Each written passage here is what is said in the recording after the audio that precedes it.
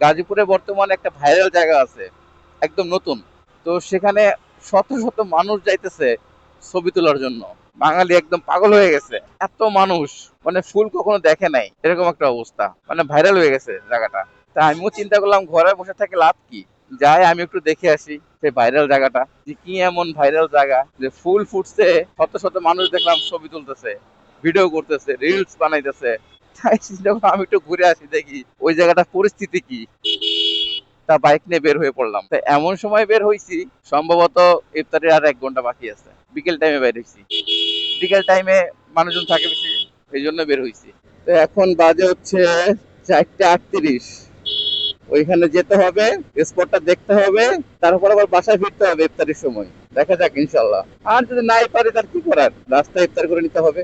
ওই যে ফুল দেখা যাইতেছে, আর এই ফুল দেখার জন্যই পাবলিক দেন, শত শত পাবলিক। হ্যাঁ রে, পাবলিকের অবস্থা দেখেন। ওরে আল্লাহ, ভাইরাল হয়ে গেছে জায়গাটা। গাজীপুরের হোতাপাড়ায় ঢাকা ময়মনসিংহ মহাসড়কের এই ব্যস্ত রাস্তাটা হঠাৎ করেই যেন অন্যরকম হয়ে উঠেছে। রাস্তার মাঝখানে আইল্যান্ড জুড়ে ফুটেছে অসংখ্য সুন্দর ফুল। দূর থেকে দেখলে মনে হয় যেন প্রকৃতি নিজেই এই রাস্তার মাঝখানে রঙিন একটা বাগান সাজিয়ে দিয়েছে।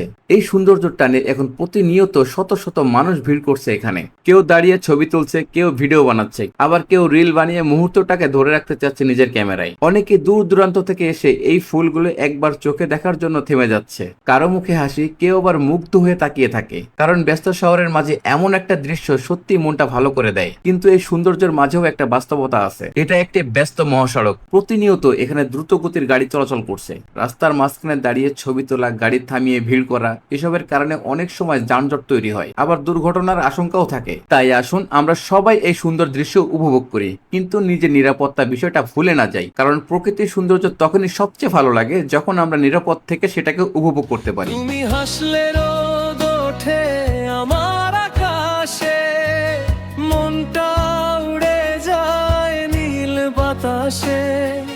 হাতটা ধরো, একটু কাছে আসো, ভালোবাসা যেন থেমে না থাকে কোনো ভাষা। তুমি থাকলেই ঘর, তুমি থাকলেই সুখ, তোমার নামেই বাঁচে আমার প্রতিটা বুক। ঝড় এলে বলো আমি আছি তো, তোমার কাঁধেই খুঁজে পাই জীবন যত রং। তুমি আমার সকাল, তুমি আমার রাত, তোমার ছায়ায় লিখি হাজারো প্রভাত।